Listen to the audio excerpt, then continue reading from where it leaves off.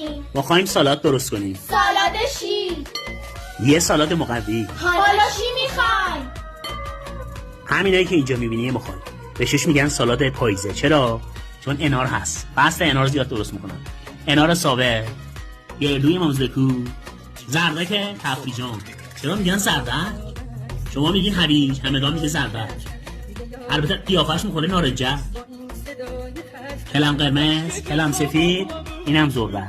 خانم بهشون گفتی کلم بنفشه، بچه گفتی قرمز. حالا ما میگیم قرمز. حالا شیش بود میگه. راستی بابا سسم میخواد. آره سسم بخوا.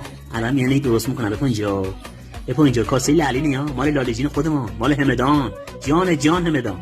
ای ظرفا الان بیشتر خانی مادر بزرگا پیدا میشه. تو اینجا خب بریم سس ما رو درست کنیم. البته این سس دل بخوایی ها. خیلی سس فرانسه میزنن، هزار جزیره میزنن، با شیویت میزنن، نعنا میزنن، نمیدونم. حالا نگی ها اون نریختی، این نریختی. تو کمتر به ما ماست میاریم برش. چند تا قاشق ماستم میریزی میانش. بابا من هم بزنم. بلدی میگه. آره. بیا هم بزن بینه. شنگ بزن ها. نپاشی برابر. مامان شهیدمان کنه بریز سر فرشه. ها جانم بشی ها.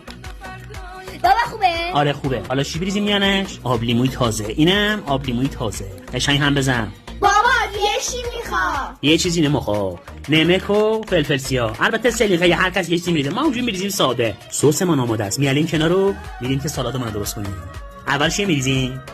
کلم سفیدمونه. بابا من بریزم. بریز یه واش بابا جان. حالا کلم قرمزمونه بده. بابا مگه مامان نگفت کلم بنفش؟ بابا حالا بنفش. اینم کلم بنفش ما. بکن اینجا. اینه رختم اینه براتون توضیح بدم. کیای دوریا دارن؟ دوریای دهه 60 یا یه پا گلاشه. چه خاطرات خوشی با دوریا داشتیم. یادتونه؟ ملامین میگفتن، دوری ملامین. خوش به روزا. چه مجالسی با اینا رو انداختیم. چه ناهار و شامایی با اینا خوردیم. ببینم و زردکه. بابا این که نارنجکه. نمیدونم میگه زردک الوان خوری هی. بابا بریزم. بریز فقط زمین نریز. ذرت منم بریز. ها جانم بشی ها. یپا گل دوریاره. من فقط عاشق گلایینا. اینا رو منم بریز. یادش بخیر میرفتیم مدرسه. سرطان یاقوت دسته به دسته. اینجا رو روزا. ها گردو منم بریزیم.